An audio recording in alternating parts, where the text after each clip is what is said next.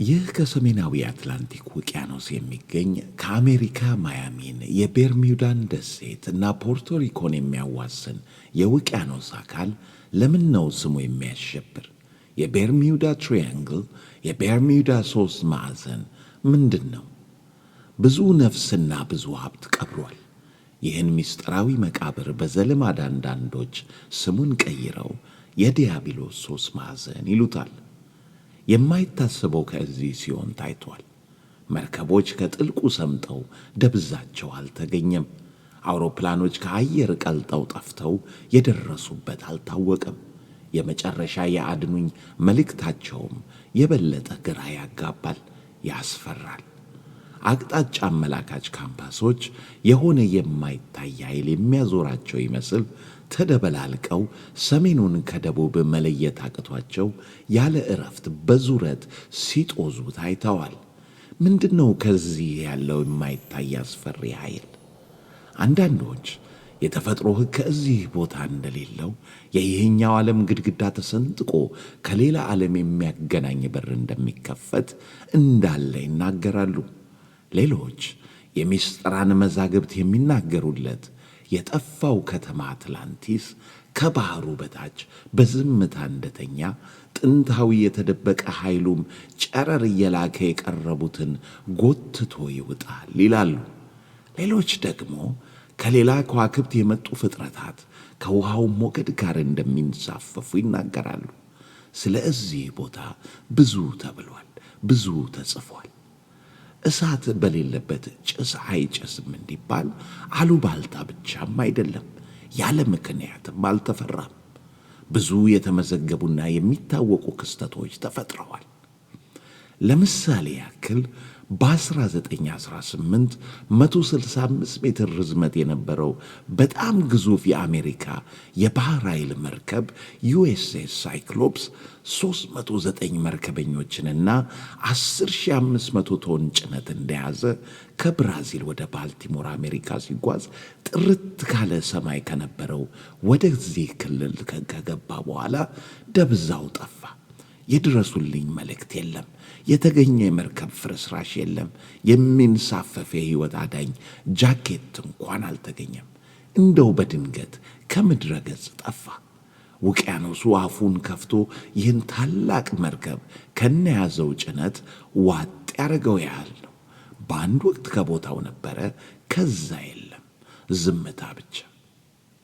ጥር 1945 ሌላ ክስተት ተፈጠረ።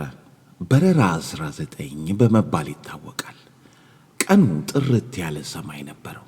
5 ልምድ ያላቸው አብራሪዎች 5 የጦር አውሮፕላኖችን ይዘው 14 ሰዎችን እንደጫኑ ከዚህ መርገምት የሆነ ቦታ ይገባሉ።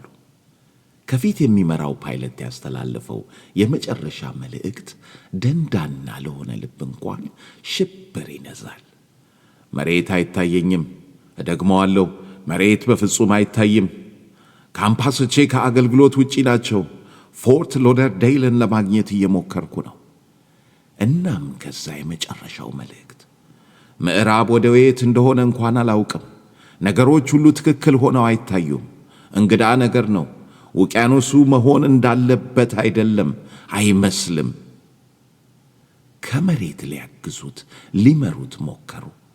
ግን 5ቱን አውሮፕላኖችና 14 ሰዎቹን እንደያዘ በተቃራኒው ወደ አትላንቲክ ውቅያኖስ ቀጠለ። በመጨረሻ የተሰማው ለሚከተሉት 4 አብራሪዎች ያስተላለፈው መልእክት ነው። ሁላችንም ተቀራርበን እንቀጥል። የአንዳችን ነዳጅ ካለቀ ሁላችንም አብረን እንወርዳለን፣ እንወድቃለን። ከዛ ዝምታ ወረደ፣ አበቃ። የጠፉትን አብራሪዎች ለመታደግ ሌላ ማርቲን ማሪነር የተባለ ግዙፍ አዳኝ አውሮፕላን መጨረሻ ግንኙነት ከነበረበት ቦታ 13 ሰው ይዞ ተላከ። ይህም የት እንደገባ ሳይታወቅ ደብዛው ጠፋ። በአንድ ከሰዓት ይህ የዲያብሎስ 3 ማዕዘን 6 አውሮፕላንንና 27 ሰዎችን አንድ በአንድ ከአየር ቀልቦ ውጦ አላየሁም አለ።